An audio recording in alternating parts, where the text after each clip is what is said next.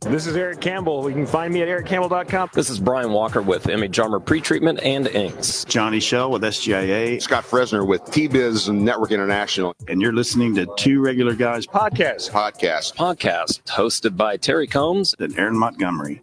Anything but regular, nothing but extraordinary. All right. Welcome to the show, everybody. It's Friday, August 16th, 2019. I'm Terry Combs, and you can find me at equipmentzone.com and at terrycombs.com. And I'm Aaron Montgomery, and you can find me over at aaronmontgomery.info. Today, we're going to welcome in Matt Marcotte with T&J Printing Supplies. And we just asked him about his name, and I may have already butchered it. So, hey, I'm here. I'm doing what I do. It is, in fact, Marcotte. Marcotte. See, I did. I had it in my head, then I just totally lost it. So, Matt Marcotte, and he's going to help us explore some screen printing talk today. As I mentioned it before we got the show started, I know Terry's pretty geeked up about this, and we've got a perfect guest who's a super knowledgeable screen print guy and loves chatting screen print too. So we're going to talk about training and standardization and techniques, and we'll probably just run the gamut today of screen print talk. Terry, it sounds like a good one. So I'm ready to learn. Got my too. I'm book ready to go. I love talking screen printing, you know that. So yeah. And I got fingers crossed, Aaron, because I am on hotel web. so I'm out here in Long Beach, California at the MBM show. And I can always do the show when we're on the West Coast because, you know, the show doesn't start for 2 more hours. So yeah, there you go. So it's 8 a.m. out there in Long Beach right now for you. So good stuff out there. And how's the show going so far, Terry? It's good. It was I'm going to say not busy yesterday, but steady. So okay. We'll go with that. Two more days of the show. And as I mentioned, you know, Aaron, we're doing something a little different. Equipment Zone. We did do the full day DTG class day before yesterday. Yeah. But we're also doing in-booth seminars, 10 to 15 minutes on the hour. And so it's myself, Wade Rowan, Jay Bassell, and we're going to have a few guests from the industry also in the booth doing some seminars. So it's kind of a new concept for us. We've dabbled in it before, but never at the top of the hour doing seminars. And we've had some pretty full groups and people standing in the aisle watching. So it's cool. It's kind of a cool thing. And hey, speaking of education, that's what we're talking about today, right? Yeah, absolutely. So if you're looking for industry folks, you know, I'm available. So okay, very good. For the right price, obviously. Yeah. Nothing for free, right? Nothing. Nah. I can't afford that anymore. All right. So Terry, a couple of news items that crossed our desks here. You want to start us off there? Yeah, absolutely. Augusta Sportswear has acquired Pacific Headwear. That's interesting. Augusta Sports Brands announces the acquisition of Pacific Headwear. They haven't announced any terms, but based in Coburg, is that right? Coburg, Oregon. We'll go with that. Yep. Yeah. Unless we hear otherwise. Yeah.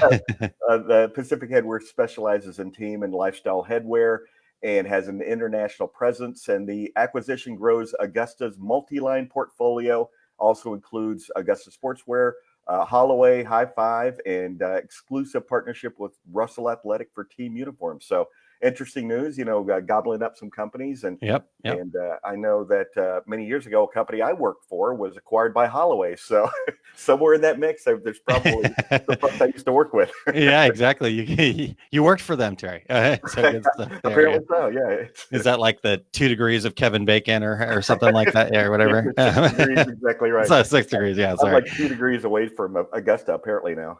Yeah, totally. All right. Well, I saw something that just more of a, I don't know if you've done any business on Cafe Press to just check it out. Check out your site. So Cafe Press, custom T-shirt and merchandise company that was acquired by Snapfish for about $25 million back in November. Got hacked, unfortunately. So according to several reports, the breach happened on February 20th and compromised 23 million customer accounts. So like I said, if you've got a store over there at Cafe Press or you've been testing them out or whatever, you may want to just go change your password real quick and make sure everything's all good over there in your Cafe Press world. Aaron, many years ago, and I don't know if you recall this or not, but you were in the next stall. They weren't exactly stalls, they weren't exactly offices. But Yeah. at US Screen, there were three young guys from California who came to US Screen to talk about this idea they had for online T-shirts, and I still remember to this day. One of them said, "And we're going to call it Cafe Press." So Yeah. it's a little note to all of you out there that that idea can grow into something enormous and later on get hacked. So. Yeah, exactly. I remember that. We went to our favorite little lunch spot over there, in Tempe, Arizona, and took them over there, and it was a good chat, and yeah, we could tell they were go-getters, ready to get after it. So yeah, you can always tell when you're talking to somebody that their potential for success, and they certainly had it. Yeah, for sure. All right, well, good stuff there. Terry, just wanted, before you keep moving on here, we've got lots of regulators already checking in. In fact, the inventor of regulators, Christine Shreve, said, "Good morning, guys." Pretty much on time today. And then while you were speaking of Augusta Sportswear, we had hello everyone from Augusta, Georgia. So that's welcome in. And let's see here, all sorts of other folks. Jim Kazikis checking in, Todd Downing. I'm not going to be able to get to them all because I'm trying to, Marshall Atkinson. So appreciate that. Oh, here we go. Good morning from Appleton, Wisconsin, Michelle. All right, good. So, man, they keep coming. So we'll be here all day doing this, but we appreciate everybody tuning in and the regulators joining us this morning. So, Terry, let's keep this going here. Aaron, yesterday I was talking to a couple of customers, and a voice from the aisle going away from me said, "Hey, Terry, keep that podcast going." So hopefully they will come by again today, and I'll be able to do a shout out to whoever that might have been. Yeah, nice. All right. So we want to thank our regular listeners, the regulators, and any new listeners tuning in today. If you have an idea for a future show, go to our Contact Us page at 2regularguys.com or reach out to us on social media. We are everywhere as 2 Regular Guys, the number 2. And if you are watching us live on Facebook Live, please jump in and participate. We'd love to have your questions. And Aaron, with that, let's hear a word from our gold sponsor. This episode of the 2 Regular Guys is brought to you by Bright & Leap, makers of the Reggie Award-winning Embrilliance embroidery software. Embrilliance is different. You don't need hardware dongles or to trade active seats for every user. One license lets you run every computer in your shop at once. Embrilliance runs natively on both Mac and Windows. Your single license lets you install on both platforms. Embrilliance is modular. If you only need customizing with lettering, sizing, and recoloring, you can get just that. Embrilliance's unique stitch processing tools even allow you to resize and improve expanded stitch files from digitizers or stock collections for faster running, lighter embroideries. If you decide you need fully featured digitizing, it's fast and easy to add powerful design creation tools to your system. You can start with any tool and build your ideal kit. All Embrilliance programs run standalone or work together in their unified platform. See the difference for yourself at Embrilliance.com. 2 Regular Guys listeners can enter the exclusive code 2RG, that's the number 2RG, at Embrilliance.com/store for 10% off your entire purchase. All right, take advantage of that 10% off. That's the number 2RG as your code. And thanks to Bright & Leap for their support, and they are our gold sponsor. We do have other sponsorship opportunities available. You can check that out at the number 2regularguys.com/sponsorship. I'm telling you, we got to find somebody who can print a shirt that says 2, the number 2. Where can we find such a person? I know. If we were only adjacent to somebody that could print. Anyhow, all right. It is. Know anybody that's got a DTG printer around, Terry? I don't know. I do know I came up with a 5215 shirt for last week's show. So that was good. That was very good. All right. About it. All right. Well, let's talk some screen printing here, Terry. Let's get some ink on our hands here, right? All right. Very good. Matt Marcotte works with T&J Supplies as a business advocate and sales leader. Matt managed a high-volume contract production print shop and had national retail clients like Target and Threadless. Matt's experience offers valuable insight into developing management skills under tremendous pressure. This guy's speaking from my heart. He writes, teaches, builds relationships, and shares knowledge with hundreds of print shops throughout the Midwest. And Matt is an advocate for systems-based solutions that resolve production problems before they start. I love that. Yeah. This is your guy, Terry. Matt, welcome to the show. Hey guys, thanks for having me. Appreciate it. Yeah, awesome. All right, well, Matt, let's dive right in because we got lots of things we want to cover here today, and lots of ground we want to cover. Terry and I both have a real passion for education, as do you. So let's just start off there. What's your philosophy in training in the workplace? You have to do it. And when it comes to training in the workplace, the biggest thing is making sure that you are not above them. You gotta be a leader. You gotta be in there with them. So when it comes to print shops, a lot of times I see a lot of people just trying to lead from a pulpit, and that's not how you do it. You can't just tell people what they have to do and how to do it. You have to show them and be a part of it, and you have to gain their respect. I mean, if you're dealing with printers, we tend to be a rowdy bunch that don't necessarily take direction that well or that easily. But if you can come down to the trenches and get your hands dirty and actually lead by example, it is the best way. So everyone's got different learning styles and different educating techniques, but finding the best way to get the group to actually feel like a team only comes with good education. So working with everybody on a one-on-one level and working as a team and using team building exercises is the best way to get your crew to join up with you and get things done. Great. Matt, when you say you've got to do it, what do you say to those? And I'm sure you run into them because you're in shops all the time. Those business owners and managers who are afraid to share their secret formula for success. So this is, I can't take credit for the statement. This is something my buddy Justin Moore from Barrel Makers said is people say, what happens if you train your employees and they leave? Well, what happens if you don't?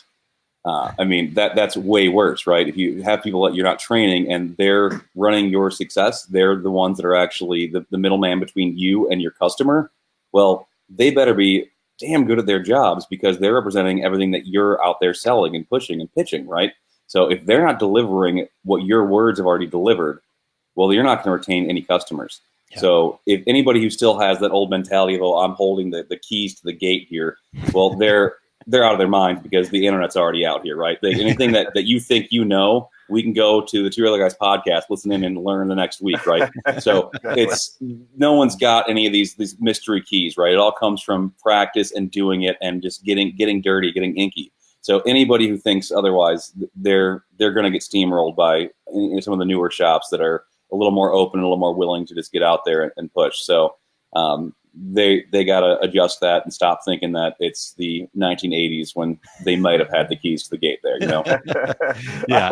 I love it when people say that, well, I don't want anybody to get my secrets. And guess what, man? It's screen printing. There are no secrets. No secrets. Yep. Yeah. Probably really across the board. There's, like you said, there's somewhere you're going to be able to go find it on the internet. That information's out there. And so yeah, there are no secrets. I had somebody, I can't remember when it was. Anyhow, it doesn't really matter. And somebody asking me, oh, you had such and such on your show, and they were sharing all the secrets of how they do business. I think they were talking about what the guys over at Fed by Threads were doing in Tucson with their, and like, they're sharing all their secrets about how they do it. Why would they come on and do that? I'm like, what are you talking about? That's what they, that's what they're passionate about. That's what they want the world to know about. And so they're leading the charge, everybody else is just going to be picking up behind them kind of thing. So we're also, it's coming out that now people that are content creators and content leaders tend to also be at the forefront of their own industry. Right. So it's one of those things where sure, you can say like, I'm doing this really well. I better not tell anybody. Well, if you can actually build a following amongst your peers as the guru of that thing, right? It's not going to hinder your business. It's actually going to improve your business, and it's going to create a better atmosphere that you can work alongside with your competition, which there is no more competition anymore. You should work side by side with the rest of our brothers in ink, right? The rest of our sisters in ink. Everybody that's together needs to move ahead forward. Together, we've got a lot more power as an industry than we do as little divided pieces that think we're better than the last guy. Yeah. So it's anybody who's that way, they've got to really reassess what their values are, reassess what they're trying to do as we're going into, it's going to be 2020 next year, you guys. I mean, there's no hoverboards yet. Back to the Future Live is a little bit here, but it's still, we're not running the same things that we were running 15, 20 years ago. It's a different world now. And the more you share, the more that builds that camaraderie amongst people. I mean, I was at the Print Hustlers conference a couple of weeks back with the Printavo guys, and you've got all these guys talking about everything they're doing in their shops and how they're succeeding, and it brings passion. It brings respect. it's not going to hurt their business because you're telling the other guy how to get as good. Chances are the other guy's not going to get as good as you at it because you've already done it. You're ahead of the game a little bit there, but you're going to help grow them as well. They're going to have respect for you, and they're not going to want to take your customers from you because they have respect for you. So it's going to help the industry as a whole, in my opinion. Yeah. Right. Yeah. And make us all look better. And here's an unfortunate thing, as you tell your secrets, 95% of those people listening are saying, well, that's a really great idea. And that's where it ends. Exactly. That's totally true. Everyone's like, oh, I should do that. And that won't happen. Right. It's a few of them will do it and they will grow and it'll be good for everybody. But you're exactly right. A lot of people are the ones that are going to sit there and take the note and then close the book and never read that note again. Yeah, right. Which I see people taking notes all the time. I'm like, you going to read that? I know you're not going to read that. Why are you even writing it? Like, Matt, I've given this example. Our regular listeners have heard me say this before, but I was doing a consultation many years ago at a shop, and the owner, I could tell he was getting really mad as I was going through line by line with him, about his shop. And he goes, Terry, I already know 80% of this. And I'm like, well, I know you know that, but you've never done anything about it. You had to pay me to come and tell you. Yep. That's so true. I'm sure he didn't take that well, but that's the case. People don't like to look at their own mess. They like to always look at everybody else's, and it's one of those things where you got to look inside first. If you're not doing everything to look at yourself first, if you're running a shop, your production manager, owner, whatever, always look at yourself as the number one problem that is in that shop. Because if you can clean up your own actions and lead by example and actually dictate how your day goes perfectly, then it will spread like a healthy wildfire. You have to look at yourself first. You are the first person of accountability and responsibility. You may not have been the person that caused the misprint that cost a customer, right? But you are in charge of the processes that could have caught that and prevented it from getting to the customer. So you can get angry at the 4 people that saw it and let it go, or you can get angry at yourself for not making sure they had all the things in line to prevent it from happening. Yeah. So that's the first. So exactly you're talking about. The guy said he knew 80% of it, but he hadn't done a damn thing about it. So it's still on him, not anybody else. Exactly. Nice. Yeah, man, this is great. You guys are great stuff. And the comments happening in the background here are all fantastic as well. So make sure you get over to facebook.com/2regularguys to check in on all that. And let's see here. The one I wanted to pop up there because it was just funny. Jim said that he was promised a flying car by now. So I know I'm so disappointed. I remember being a kid in the '90s, being like, I'm going to have flying cars when I'm older. Nope. And the hoverboards, they're calling hoverboards. They've got wheels. Yeah, exactly. That's not a hoverboard. Marty McFly was not on a wheeled hoverboard. No, he was not. Nice. And then Luke Gardner says, nice to see Matt on the show. He rocks. So high fives there, guys. Good stuff. Gotta love Luke. We were just with Luke yesterday doing a spotlight video with the Printavo guys. He's sweet. He's a great guy. Good stuff. Yeah, nice. I love it. Well, we're going to talk about some other collab stuff you're doing here towards the end of the show here, Matt. So keep that stuff there. But, Matt, you and I kind of talked about this show based on what we were doing over there at Skills, and we'll talk a little bit more about that in a bit. But, we talked about the standardization of training. What's that look like? What's that be? So maybe just give us your thoughts on what you think we need to improve industry wise as far as standardizing our training of what's going on in the screen print world. Oh, absolutely. So, like you mentioned, we were at the SkillsUSA competition, which is great. Seeing all the high school and college kids that are trying to vie for basically best in the country when it comes to screen printing, and phenomenally talented kids. I mean, I'm going to be in trouble when they hit the actual workplace. These kids, I wish I pretended to know what they actually know now when I was in my 20s. Yeah. So they're going to be setting the industry on fire, and it's a great thing. Yeah. But they're across the country. Everyone's doing things differently. I mean, not just things from like pushing versus pulling, right? Which that's a whole other argument to get into. We'll get to that. but just overall standardization. When we talk about things like, okay, well, coding screens, there's always the default. 2/1. Well, round edge, sharp edge. What is that doing? Are you doing water based? Are you doing plastisol?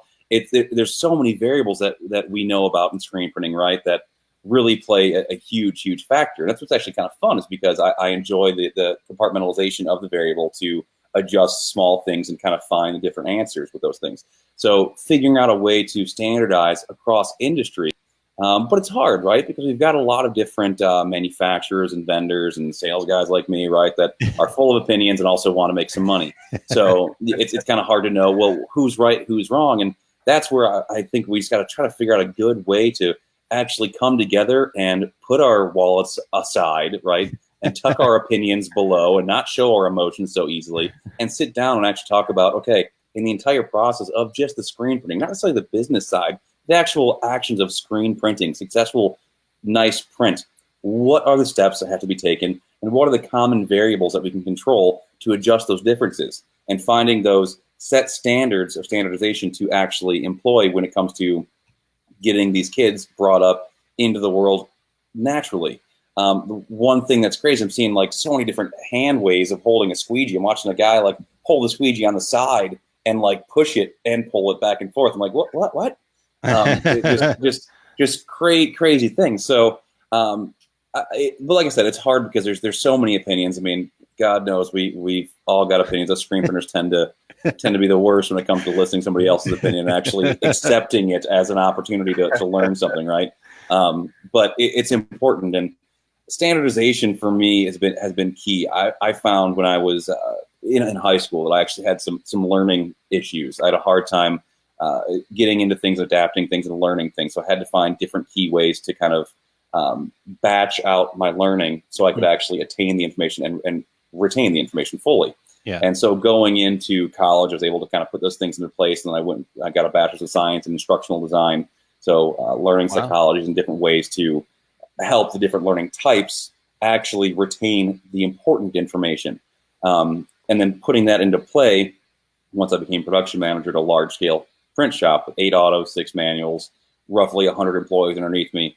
That got a little bit hectic, and I was like 24 years old working with guys that had been there for 20 years already. And so I was thrown to the wolves. They were kind of like, who's this schmuck? No, not happening. Luckily, I'd already been printing for a decade by that point. So not only did I have the learning psychology side down to kind of like break down the barriers they were putting up for me, but then also go get my hands dirty and show them, oh, hang on, I actually can do some stuff here. But standardization was huge for my success and to not drown in that pool I was thrown into, right? Figuring out the ways to bring the people in and make them not use their own brains, really, is what it came down to. I found that if I can take people, just like with me, if I had too many options, I almost got anxiety by possibility, right? So if I could just say, you know what, if you hit this, you go here, or you go here, and there's clear determined variables. So it's a if-then response, basically, for the coders that are out there. An if-then response. If this is what you're getting, then this is what you do. Nonstop, and just basically making a link tree of decision-making that took them out of it. So it didn't give them the anxiety of making the wrong choice. It gave them the choose-your-own-adventure story based on what they're getting, right? Yeah. And so it led them to success, and they had some pride in it because, like, I got to the end of this successfully. And really, I just kind of made their brains go where I wanted them to go, but we're giving them the, I hate to say illusion of choice, but kind of the illusion of choice, right? So that helped me lead more success, and that started breaking down those barriers of the pushback from the guys who were older, had been printing as long as I've been alive, right? And open up that barrier that was there to let them then teach me things that I needed to learn from their years of experience, and then me impart some things that I was able to learn from my time battling my own inability to learn things. So it ended up working out well, and standardization has been something that I've been really working with, not only with my T&J customers that I sell supplies to, but anybody I'm consulting with, or anybody I'm just talking nerdy with. When I talk shop with anybody, it's always my go-to. Just figuring out different ways to really empower their staff to make the right choice and feel good about what they're doing with standardization of the processes. Cool. You know, I have to tell. Well, first of all, I took a little offense when you said somebody's been printing as long as I've been alive. I know Aaron was laughing. I always make age jokes for Terry. It's okay. I did start screen printing in 1979. So, but I was born in '86, so you may have beaten me a little bit. But I have to comment about something when you're talking about seeing people, you know, pushing and pulling the squeegee. I was at South by Southwest, and I was standing in the aisle with Brett Bowden from Printed Threads and Jay Bassell, who works with me at Equipment Zone. And there was somebody doing live screen printing on the floor there at South by. and they had the squeegee straight up and down, pulling it, going back and forth and back and forth and back and forth. We were just like beside ourselves. Should we say something? Should we? It's like, no, just look away. Just look away. It's just you're crying on the inside. Just like, no, God, no. These people seeing screen printing for the first time, they just think it's somebody doing this back and forth, but it's not right now. Exactly right. It was heart-wrenching. Yeah. Well, and the worst part about that is that, then that shirt's going to end up somewhere and, in somebody's hand, and somebody's going to look at that and go, oh, well, this is what screen printing is. Yeah. And it hurts all of the screen printers because, again, that secret sauce wasn't shared with this person, or they didn't choose to take that in. And now they're putting out a product that's going to represent screen printing as a whole, our industry as a whole, that kind of thing. Well, that's exactly what we're talking about too, Aaron, if there was some sort of actual industry standardization, like an SGIA or whatever it is, where we say, hey, anybody who wants to know the actual correct basics of screen printing, here is sponsored videos that everyone agrees to. And that way, it doesn't matter if you're a live printer for the first time that wants to just go take a quick online course to get the basics down, you're a new employee for a small mom and pop shop that wants to actually have a fighting chance, or you're a new employee for Cafe Press once they get everything kind of figured out, right? and they want to get everything settled in. We should have a good set standardization where there's nothing about brands, there's nothing about opinions. It's just a matter of, hey, here's what it has to happen. When coating a screen with emulsion, here's what you're actually looking for. Giving them the basics so when you're printing screens. If you want to pull, here's the right way to do it, here's why. If you want to push, here's the right way to do it, here's why. And just give them the actual overall basics. From that point on, of course, we're teaching them how to color in the lines here, right? At that point, they can get into all the little fun things on their own and develop their own way of doing it to make it unique in their own style. But a nice set, agreed upon, industry-wide standard that we can all feel good about as the skeletal structure for education in our industry. I think it's something that we all can agree on, and we all have. You go back to Ryanette's videos that are online that have been around forever. Catspit videos have been around forever. Like, great content is out there. But you're going to get different avenues from all these different people who've done it their own ways. We got to come and find a standardization that we can agree on as a set basic and kind of just grow from that point, I think. Yeah. It's kind of like herding cats, though. So we're, it's a project, but you know what? You're not wrong. We're gonna have to take the beer out of the equation, I think, first, and then we can drink after we get all of these things figured out. I don't think without. And then we've got the guy to create it right here with us. I mean, man, we're on to something here. So, I wanted to share this real quick, Terry. Sorry to interrupt, but James Ortolani had made a post that I think that's very pertinent to what Matt was just talking about there. The internet is the best thing to happen to screen printing. Like you said, a lot of great content out there, but it's also the worst thing to happen to screen printing because anybody and everybody can put content out there. So Matt, what's your take on that? I completely agree. I go and I oftentimes will go check out videos. It's something that you need to constantly be learning, and we have this incredible resource at our fingertips. So I'm constantly going and watching videos about everything, but you get somebody who has a computer and has a press, and now all of a sudden they decide they're an expert, and they're going onto the Facebook forums, they're going on all these things, and they're telling you with a very matter-of-fact opinion that this is the right way to do things, and here's how you should do it. And then you watch like an entire stream of people that follow that and are having awful, awful results, and then they give up on screen printing. A lot of people enter in. It's one thing when I go to like even the smaller shows, like the DAC shows, you get a lot of the hobbyists that are falling for some gimmicky thing that is not the right way to get into screen printing, and they're going to go drop $5,000 on something and end up losing it and leaving the screen printing world. Now, for some people, are like, good riddance. If you're not going to be good enough, you shouldn't be in our way. But that's not what I want. I want to see everybody. We're all passionate about screen printing, right? Yeah. So we want that passion to be spread like a wildfire again, and bring them into the family, fold them into the family. And a lot of the videos and a lot of the forums and all those things on the internet is just. I was talking to somebody about Facebook the other day, and I'm really honestly bad about getting on Facebook. And the reason I kind of talk about it is, to me, a lot of those Facebook things feel like a toilet. It's just the crap circling around over and over and over and over, right? And I just don't feel like looking down at a toilet after I'm done and watching it go down. So, and that's honestly what I feel like a lot of times when I actually do say, okay, time to hit Facebook, and I go to these forums and I'm like, ugh. And so I end up just like going back and just going right to Instagram, where it's like, oh, pictures only, no opinions, no talking. But I need to be better about that because there's a lot of good content and good people and good resources on Facebook. Yeah. But you got to be careful. Never, ever, ever take the word of anybody as the Bible for anything. But when screen printing especially, just because someone's a sales guy, don't listen to him blindly, right? Don't. Just somebody owns a shop that they say is very successful. Don't listen to him blindly. Like, take the core of what they're saying and then go test it.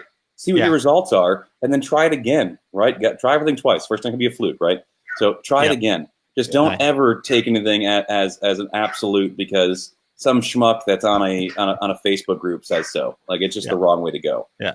I mean, we've said that about our program. You know, we want to share stuff with people, but you know, we don't expect everybody to take what you hear on Two Regular Guys as gospel. It's you take the information and then go test it. I think is a perfect advice there. So well, and a lot of our listeners are seasoned veterans, so they can take that. They know what funnel to take that information through. Unfortunately, a lot of folks who go to Facebook to see how to code a screen, they don't know any better. They don't know. They have nothing to compare it with. So that's where you get in trouble. I was teaching a class. It was about a year ago, and there was a young man sitting there. And every point I would make, he would raise his hand and say, "You know, on YouTube, they said to do it like this, or on this internet forum, they said to do it like this." And I said, like half a day through, I said, "You know what? I've never done this before. I'm going to ban you from the internet because you have found the absolute worst information on the internet and taken it to heart. Nothing that you found is right." Should have told him to take his phone, put it on video mode, and just watch you through it. Be like, it's on a screen. Maybe you'll believe me. Just look through your screen at me. Maybe you'll understand what I'm saying better. Like, oh, it's real now. Okay. 2D content only for some people. Right? I don't want the 3D actual immersive experience. It's too much. Exactly. Way too much. Good stuff. Well, all right. For these standardization concepts, do you think that translates to other types of decorating, even to other industries? Absolutely. I mean, I've tried to speak with different people from different industries overall. If it comes from automotive to computer, I work with a lot of coders. Everything comes to standardization. It goes back to, like I said, the psychology of the choice, right? If you give people too many choices, we all know what it's like to be like, okay, you sit down with your husband, wife, girlfriend, boyfriend, whatever, and you go, what are we going to watch on Netflix tonight? And an hour and a half later, it's too late to watch anything, and you've looked at the entire catalog, and you can't. You've wasted everything, right? There's the anxiety of choice. So when you get too many people, too many options to choose from, it can cause issues, and it'll actually it leads them down a wrong path. Where if we can really say, look, you don't have many options here, and if you take away the options and really say, look, it's a result-based choice. So if you have this, then you do this. For anything when it comes to training a new employee, training existing employees, bettering yourself, sitting down and actually taking any workflow in any industry and actually mapping it out completely, and then figuring out what variables don't need to be there, what options are there that shouldn't be there that can be causing something to go incorrectly or just non-predictably. Sometimes it can be the right way, but you got there an accident, which is great, but it's not going to be predictable or repeatable. So finding those different ways and actually holding them and then mapping it out for an actual map of success for any industry you're in is going to save you in the long run time and a lot of headache. And it will actually absolutely point out any flaws in your systems. So, and you shouldn't do this on your own either. You should do this. You should run through how you think it goes, have some of your staff run through how they think it goes, and then team it up together and run it through together on how you think it goes, because you're going to think that it's cut and dry, right? Yeah. And you might find out when they do it, they got like 7 more layers of choices. You're like, well, where the hell is this coming from? Yeah. And that's really on you because you didn't do this to begin with. But you got to find out from their perspective what it actually looks like. But yeah, absolutely. Any industry you're in, even if you're not a screen printer, if you're an embroiderer, if you're something totally different, anything when it comes to any job you're trying to accomplish in any sort of way, getting your actual mapping of your process flow out, looking at it and breaking it down step by step to important decision, and then mapping that out will absolutely help you solid up those processes.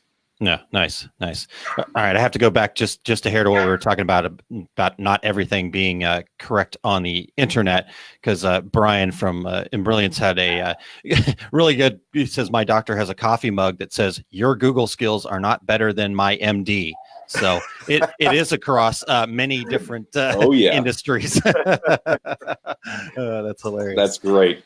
Yep, good stuff. All right, so we talked a little bit about skills already, Matt, but I kind of want to go back to that just real quickly here. You and I were both there. As you said, it was amazing. It was fantastic to see I don't know, like you said, that just these young people that got such a great jump on becoming experts in this. And like you said, I'm excited for them to take over, but scared at the same time because I'm going to get run over like a Mack truck by a Mack truck. But you kind of mentioned, a lot of different things going on there, but what were some of your other takeaways from that experience? What else did you see out of those young people? Just a passion like never before. I mean, these kids were doing everything from there was t-shirt designers, there was everything. I mean, we had these kids stretching screens. Like, wow, I didn't stretch a screen until my mid-20s, and these kids are stretching static frames. They're doing everything. They're coding screens. They're looking at exposure calculators. I go to seasoned veteran shops. I call them veterans. They've just been around for long enough. They're definitely not veterans. They're just shooting from the hip on exposure. Honorary degree. Exactly. Yeah. They hit the 20-year mark. They're seasoned. But they're going through and they're having screen breakdown because they're trying water-based for the first time in a decade. And they're like, yeah, the emulsion's garbage. And look what they got. I'm like, the emulsion is great. I think your process is garbage. What's your exposure calculation? Oh, well, it looks good. Well, that's not an exposure calculation there, bud. And these kids already know these things. They already know the correct ways to success. They already know how to troubleshoot. That's massive. These kids that are coming out and they already know that there's what the variables are and how to look at them and control them and make the adjustments. It doesn't matter if they're holding the squeegee the wrong way for a couple of them, right? What matters is they know how to look at an end result and figure out where it went wrong. Yeah. So these kids already have a phenomenal overall understanding on what a shop should be and what a shop should look like. So I guarantee that at least half those kids will be production managers in the next 10 years, and they're going to be kicking butt. So yeah, if you're a production manager listening and you don't know what these things are, you better get on it because these kids are coming after you. Yeah, exactly. Oh, that's great stuff. I mean, I felt the same way that, I was over on the sublimation side of this, and the kids just had a knack to kind of, like I said, figure it out, put themselves in a troubling situation and be okay with that. And, they were making all over shirts for the first time, a lot of them. And they're like, well, this is just like making, the smaller thing, but, on a little bit bigger scale. Okay. So I can figure this out. And that was really cool. And they all know computers already too. They can all actually communicate well on a computer. I mean, that's huge. Yeah, for sure. Yeah. My other thing, as a judge, they would ask me questions and I'm like, well, I want to answer your question, but that's not really fair to everybody else. So see me afterwards kind of thing. But that's the other thing. They were asking questions. They were a sponge. They were looking to learn. They weren't just taking everything as like, okay, this is exactly the way it should be. Like we talked about earlier with all this information on the internet, they understand that you have to take that in, make your own decisions about it, test it, do it, and so those were some really cool things that stood out to me too. So one thing that really stood out to me is, so we're not supposed to know their names at all. They're kind of like a number. Yeah. And at the end of all the testing, one of the kids comes up and hands me an envelope, and I open the envelope and it's a thank you card, thanking me for being a judge and all those things, nice handwritten thing, and a business card that he made himself. And I was like, this kid is a hustler. This is amazing. He's here, knows these judges all have industry experience, work at shops, work at manufacturers, vendors, whatever. And he's like, look, I know that I can't do this during the judging. It's already done.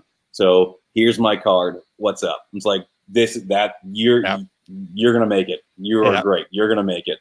It was impressive seeing an 18-year-old have that hustle. And from what I remember, he kicked butt in the actual testing portion too. So he's got the know-how on the screen printing side, but then has the business savvy to be like, I'm not wasting this opportunity. Here's my card. It's like, all right, kid, nice. Good stuff. Yeah, that's awesome. I don't think you get to that level of competition also without being that hustler and without being that sponge for new knowledge. Absolutely. Yeah. Yeah, I would say, from an industry perspective, though, it's incumbent on us to make sure that we're supporting events like this. The national events, one thing, but they're local events, so there are local schools and stuff like that. We need to get out there and we need to give our time to this. We need to give our supplies to this. We need to invite high schools into our shops. All of these different things, because the thing I'm really loving about this conversation with Matt here is that Matt's got an abundance mentality. He's sharing his knowledge. He's asking everybody else to do the same thing. Once we can, as an industry, flip that switch to have that abundance mentality, we're all going to be more successful. And I think this is a big part of it. Let's get our future workforce trained up and supported and let them know that this is a great, fun industry to be a part of. So absolutely. It's a giant brotherhood of just goofballs who are full of love. I mean, we really are. I mean, you go find. I've got some friends at shops, like you look at them from 20 feet away, you're like, oh, they're terrifying. It's like, but you go talk to them and they might have piercings everywhere and tattoos all over their face. And they're going to give you a big old hug and show you the Barney shirt that is finished printing. And they're going to be happy about it, right? Yeah, totally. It's a land of misfit toys in a lot of ways, but it's got nothing but passion and love in the entire process. And most of them used to be in a band. So I think a lot of us have all been like the failed musician who was like, I'll make the T-shirts then, it's fine. But by gosh, my merch table looked good. Exactly. Absolutely. So true. Nice. Well, hey, you did an article in Printwear Magazine Online talking about the 5 most common questions in screen printing. And we'll have a link to that on tworegularguys.com so that our listeners can go and read the whole thing. But I know one question that I get a lot as well is, how much production do I do and all this for me to do that upgrade to an automatic press? Where's that point that says, you must move forward to more production? That's a great question. And that's a hard one for a lot of people who are really just kind of doing it by themselves. A lot of the like 3,000 square foot places, 2,000 square foot places where it's like 2-3 people working. And they're looking at it, well, I'm the owner and I'm the sales guy and I'm the printer. Well, if you are the person who's trying to actually get the work to come in and you're the person having to prep screens and you're the person printing, how many days are you actually printing? If you're telling me that you're printing 5 days a week and that you're trying to keep afloat with what you're going on, you need to get an auto, because what's going to happen once one of those customers drops out, you got nothing coming in, right? So you need to switch so you can do a 1 to 2 days of production and then 3 days of actually getting out on the road and getting more sales. Once you start getting to the point where you're hitting 3-4 days of an auto, then you got to make sure you're training somebody else and actually bringing somebody else in. So when you're looking at an automatic, you don't have to go with a 14 color gauntlet or whatever, right? You can go get a 6.8 Diamondback. You can start off with whatever you need to be. You can go find a used piece of equipment that may be good enough for right now. But if you're sitting there and you're getting 72, 144 pieces, 3 colors, and you're beating your body up all day long just to get it done, you're sweating buckets, and then all of a sudden it's feast or famine with those jobs. So I work with a buddy of mine, and that's kind of what he's facing right now. He'll have literally 2 weeks of he's nonstop on the press, and then there's nothing. And he has to go spend the next week or 2 weeks going getting work. He gets the work, and then it goes back to 2 weeks being on press nonstop, and there's nothing. And it's 2 feast or famine. He's like making bank and then making nothing, making bank, making nothing. I told him, like, man, get an auto. It's like, well, I can't afford it. You can't afford to not get the auto. You're going to keep running like this, because eventually you're going to end up having like a month of nothing and you're going to be totally screwed. Let's get what you're doing in a 5-day turn time, and you can literally get it all done in 1 day on press. So let's get all that stuff knocked out on a smaller auto in your area, and then go do, so maybe Monday's your prep day, Tuesday's your print day, Wednesday's your full cleanup day, Thursday and Friday is sales days, whatever it is. He's getting bad about, I got this job out today at the door, they're coming to pick it up. I got to also return these 6 emails. Oh, I forgot to return an email. Well, they're not going to come back to you because they've got a bad experience with you, right? The experience is more important than anything else. One thing I was lucky enough to learn recently at a conference, that your logo and your name of your company don't actually matter. You can have a garbage logo and a garbage name. Your experience is already proven to be more than 80% of what your value actually is. So don't worry too much about the little marketing things. You're like, I got to make sure I've got a shop shirt. Well, you don't have to make it. You should, but don't worry about that too much. Make sure you're actually returning phone calls, returning your emails, making a good response to your customers. Don't overpromise and underdeliver. Make sure you're actually being real to people and making them a part of the experience. So if you're bogged down on press and cleanup and you're letting something fall through the cracks here and there, you need to get an auto already. Yeah. Or you need to reassess if you enjoy printing. A lot of shops that are at that spot, I find, are also reactively printing. They don't want to be printing. They're doing it because they have to, right? Well, maybe your natural niche is just getting sales and working with people. Well, that's awesome. Yeah. You can totally go find a shop nearby that'll give you contract pricing, and they'd be happy to take your work and do a great job with it. And you can alleviate the issue of having to print reactively. Yeah. So make sure you assess first, do you want to be printing? Are you happy printing? Does that make you happy on a daily basis? If it does, then it's probably time to grow. Now, if you're just doing 300 shirts a week on a manual press, probably not time for an auto yet, right? Work on trying to grow that out. Maybe you got to work some extra hours. You got to do a little bit longer. If you're in your first 3 years of being a print shop, you can't really pay yourself that much. Like, it's going to be tight. Like, you got to build that business first. But if you're at the point where you're trying to do 1,000 shirts a week on a manual press and you're the person doing it, well, you should probably get an auto and you can knock it out. And then once you start having to fill up your time more, then bring in a new person that you can teach how to do this work and get them on the automatic that way. So it really depends on the shop and what your growth platform is going to be. But the biggest thing I'd say is definitely reassess if you want to be printing. Make sure you do want to be printing and that you can't just send it to somebody else and you can make them do the work while you do the fun stuff that you might like. Or if you like doing the printing, address your own time. Once again, look inward, look at yourself. Are you capitalizing on your time the best? What's your value of time? Is your value of time sitting there pulling a squeegee? I said pulling, not pushing. Pulling a squeegee? Or what is your time? Or are you better suited to be going out and getting the sales and bringing somebody else in to print that for you and then get on an automatic or speed that process up? So it kind of depends on what your lay of the land looks like. But in most cases, I find the ones that are willing to say, fine, I'm going to go for it, and they can knock their week's worth of printing on a manual press out in one day, well, it starts to kind of waterfall then, right? They start getting a lot more work. They bring in somebody, teach them on the automatic, and they start running the 2-3 color jobs all day long on the automatic, and things just start kind of piecing themselves together. Right. So you have to be willing to take that leap. You know, Indiana Jones, when it's the whole take that step, right, and you look down. That's the biggest thing too. I talk to a lot of people that work at manufacturers and all these things, and I would ask them, like, why aren't you running a shop? And they're like, honestly, I didn't have the balls. And it's like, well, that's fair. And that's kind of what it comes down to. You have to have the gusto. You have to be willing to take that leap of faith, take that step, and trust that you know what you're doing. And that may mean getting some financing for a $25,000 small automatic press, right? Yeah. But I mean, if you break that down, you say, okay, look, my payment's actually only going to be $600 a month. Okay, well then just make sure you can get enough to cover that. Yeah. And you should be able to. If you can't cover $600 a month as a smaller shop, something might be wrong. Right. Cool.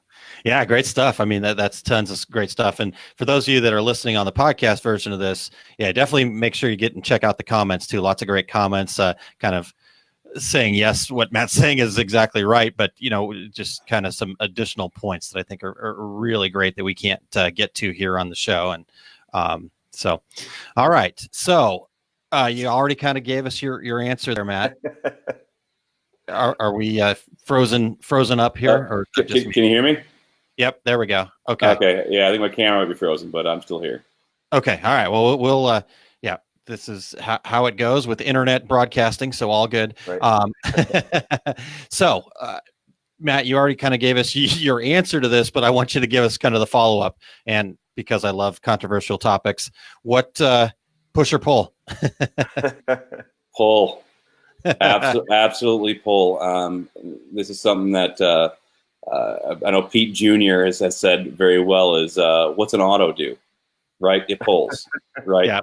So it's one of those things trying to mimic what an auto does. Now, if someone's a manual printer and they've been doing it for a while, yeah, absolutely. You can, if you want to go ahead and push, go for it. If you're sitting there looking at a 1,000-piece order with white ink, okay, yeah, you know what you're doing. But I would also argue if you're looking at a 1,000-piece order, that tells you it's time to get that auto we're talking about, right? Yeah, so if if you're new, learn the right way, learn to pull. When we're looking at the variables that we're talking about, and I'm sorry that my camera's definitely frozen on a gorgeous face of mine there, but if you're looking at Right. variable the autos can do, squeegee durometer is a big variable, right?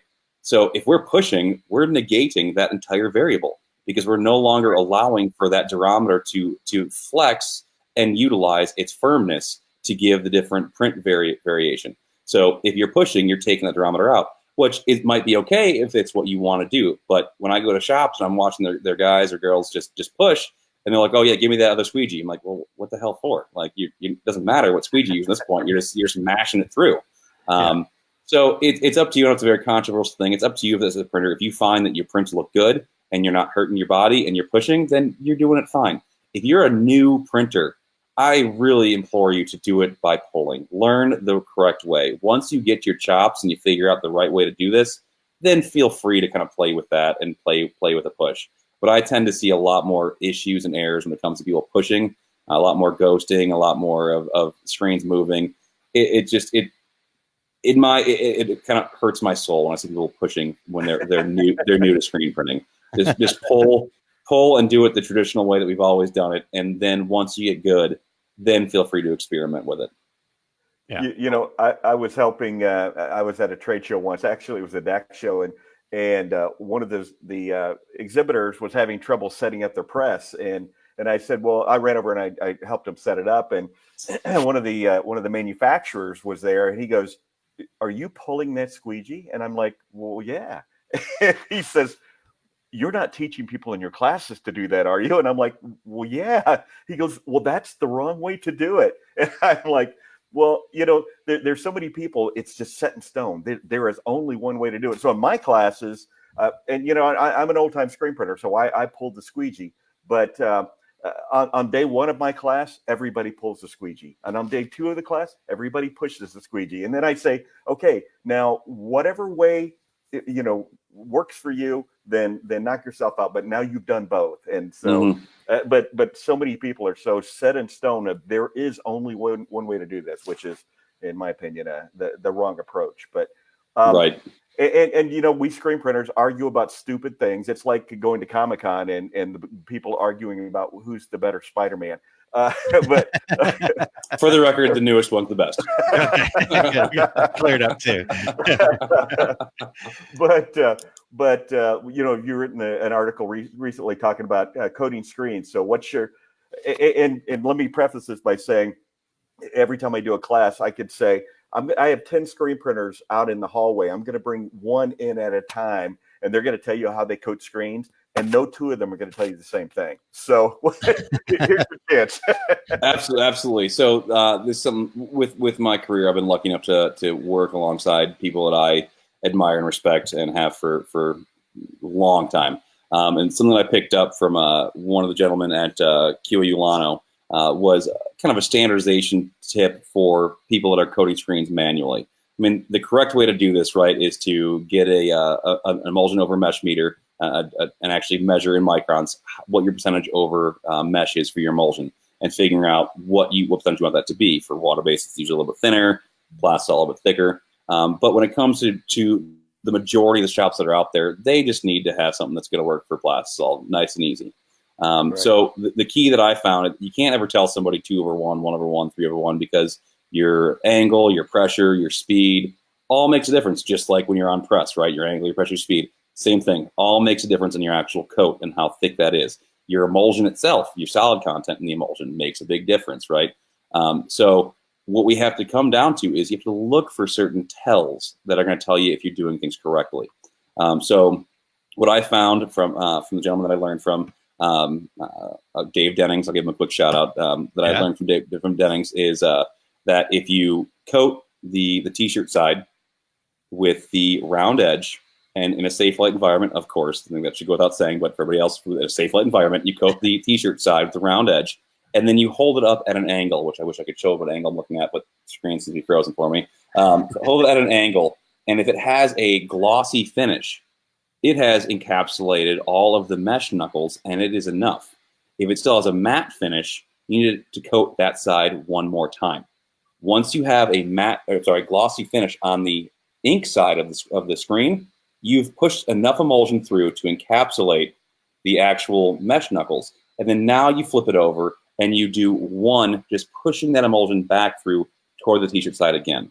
So you may find that's a 1/1 for you, a 2/1, a 3/1, a 4/1, whatever that may be based on what mesh count, as well as who's doing it, the speed, the angle, the pressure. But as long as we're getting the inside to be fully glossy, that's when you then coat that inside one time. And you, of course, dry it t-shirt side down. And that seems to have really alleviated the majority of issues that I've come across when it comes to my customers who are not taking a meter and actually measuring their thickness on their emulsion. So that's a good, in my limited opinion, right, way to make sure you're set for success. And something that I always tell folks who are coating screens too is something that you just touched on, to dry it t-shirt side down, and that's the key, because you can do all the proper coating that you want, but if you stand it the screen in the corner on its side to dry, then you're going to end up having issues as well. But hey, we're getting really short on time, so we have a friend in the Midwest, somebody you probably know, Dave Garrick, who has a passion. He says that his mission in life is to wipe away every dip tank that's in every shop in America. What's your take? I would agree in a lot of instances. Chemistry, technology has definitely gotten a lot better in the last few years. I've heard a lot of horror stories of dip tanks in the 80s and 90s. I would say a lot of those absolutely need to go away. I think dip tanks are just like anything else. If you follow an actual process, it can be absolutely successful and fine. If you do not follow the process and you just have a low level temp that you're putting in there, you're going to have problems. Absolutely. I've found some success with certain chemicals. I'm not going to talk about which ones or anything, just to give opinions out there once again. But with anything, if you actually follow the process that is usually laid out by the manufacturer and you test it, it should have some good results. I've found some very good results with a couple different products in dip tanks that are usually a water diluted product. Try to keep it somewhat safe for the environment, whatever's going down the drain. But I think it actually can be a very good thing. Now, if you are a large shop and you're trying to go through 200, 300 screens a day, yeah, you should be using dip tanks. It's definitely time for automation. Once again, we're almost 2020. You got to put your money where your mouth is, get something automated, and get that reclaim system put into place. But if you're a shop that's doing under 100 screens a day, I'm actually a fan of a couple different dip tank systems out there, as long as you have it process driven and process oriented, and you make sure that they know the process, it's clean and clear and laid out there correctly. But that's also a preference. Some people might prefer to just have a spray-on option. I just feel that spray-on options in most cases are better for the sales guy than they are for the person using it, because you're spraying chemical, you're losing it to the air, right? So that's where, from the shop side, I'm actually a fan of a couple different dip tank options that are out there, as long as you follow that process to a T. And there's some ways to work around that to make that process even better. Cool. Super. All right. Wow. What a great conversation here, Terry and Matt. And I've learned a ton about screen printing, and I've been around this for a long time. So I love this.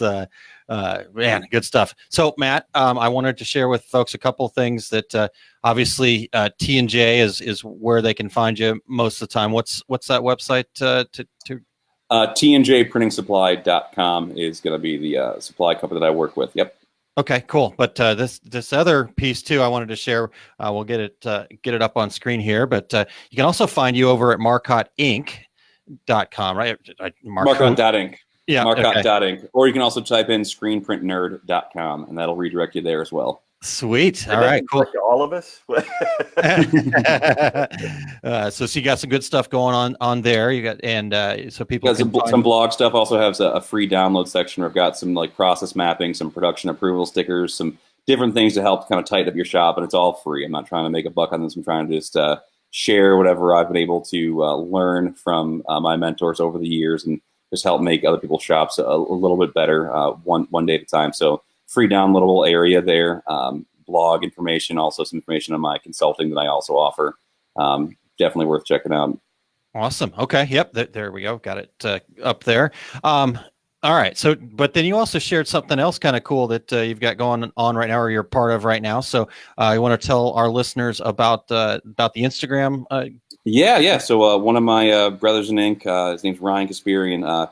Known him for years. He's worked at a couple shops that I've been lucky enough to work with, and just like a week ago, he hit me up and he was like, "Hey man, I want to start a new Instagram, and I kind of want to just use it as a place to showcase good prints and good printers, the ones that are working hard to do it right." I was like, yeah, absolutely genius. And so we came up with the name. It's called the Print Legion. And we just, we found that on both of our Instagrams, we're always reposting and things that we like. And so we're like, all right, let's just make one hub for all of this. So we started this Instagram. It's just a week old, already doing pretty well for being a week old Instagram. And it's just a showcase of awesome prints and awesome work that we see out there on Instagram. So we're not taking any credit on this stuff. It's just us reposting. We give all the credits that you're posting. So as your shop is making something that you think is cool and you're putting it on Instagram, just either at Print Legion in the comments or hashtag the Print Legion, and we will more than likely repost it and share it. And it's just a place we want the printing community to go see all the awesome stuff that we're all doing. Don't take pictures of your mock-ups. We want to see the actual printed. Also, this is screen printing, not DTG. So take your screen printed only for this stuff. But something fun that we thought would be pretty cool, and it seems to be lighting a fire so far. So definitely worth checking out the Print Legion. That's awesome. Cool. All right, Matt. Well, thank you so much for all of the great information and a super fun conversation. And we will catch up with you again soon. Awesome. Thanks for having me, guys. Sorry that you had to look at that great face for the last 10 minutes there, but I'm stuck in a permanent yawn. We're mostly podcasts, so you're all good. Perfect. Oh shoot! I just hit the wrong button. So we sent Matt away before he was done talking. But Matt, thank you so much. That was awesome. Great information. Tons of good stuff there. Again, I want to remind people, if you are listening on the podcast version, to make sure you get into our Facebook page at facebook.com/2regularguys. It's the number 2 regular guys, and check out all the comments on this video too. The regulators were crushing it as per usual. So good stuff there from everybody. But Matt brought a ton of great information today, Terry. So absolutely, it was a great conversation. I love to talk screen printing. I know you do. I tried to stay out of the way as much as I could because you guys were geeking out for sure. I love it. Good stuff. All right, Terry. Well, what else? Let's see here. You know what? Why don't we switch it up a little bit? Why don't you tell us what you've got coming up first, and then I'll follow you this time. Okay, super. I'm at the Equipment Zone booth right now here in Long Beach through Saturday. And Aaron, don't ask me what booth number it is. It's in the back left corner. Okay, way back there. Right next to the vendor lounge and right next to the NBM show booth. So you can't miss us there. And I'm going to be doing my complete screen printing business course in Chicago at Atlas Screen Supply on August 24th and 25th. That particular class is sold out. So I have other classes coming up, and I'm going to be at the DTG Academy at Equipment Zone in Franklin Lakes, New Jersey, which is right outside of New York City, and that is September 19th through 20th. All my classes, all my events through 2019 are on terrycombs.com under tour dates. And Aaron, all of my confirmed events for 2020 are also on my website. I knew that you would be super impressed. I am super impressed, Terry. Yeah, that's a double high five, man. Nice job. Good job, buddy. I love it. I love it. Cool. All right. Well, I've got Small Business Saturdays happening tomorrow morning. I'm gonna stick with this bright and early thing here for a little bit and see how that works out because of volleyball and letting everybody get off to their Saturdays. So it's going to be 7 a.m. Central Time, and we had pretty good turnout last week at 7 a.m. Central Time. So let's keep that rolling. Tomorrow I'm plan on talking about, the best ways to market a small business. Question from A&E Magazine this time. We did some printwear stuff last week, so appreciate them helping me with some content ideas. Facebook.com/Aaron Montgomery is where you'll be able to check that out. So check that out. And then the other thing I'm working on today is the last day to get on the list to get a free copy of my marketing strategies template, which will go on sale starting tomorrow morning.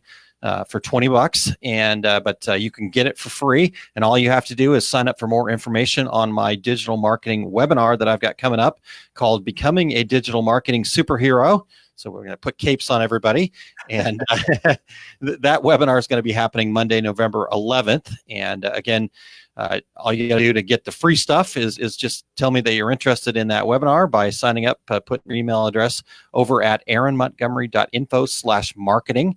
So check that out. Again, today is the last day before you have to pay for that after this. So good stuff there.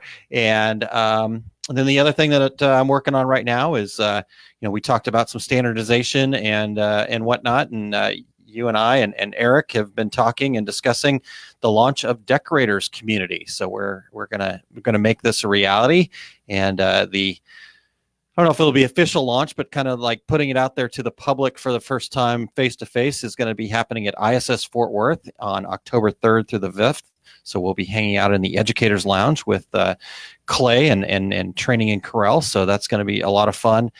We hacked out a quick landing page so you can sign up to get more information as it becomes available. So if you just find that over at tworegularguys.com/decoratorscommunity, that will get you where you need to go to, as we have more information there. So Terry, I'm going to give my quick take on Decorators Community, but I'll do that after you, because I want to hear your take on what you think this Decorator Community thing is all about.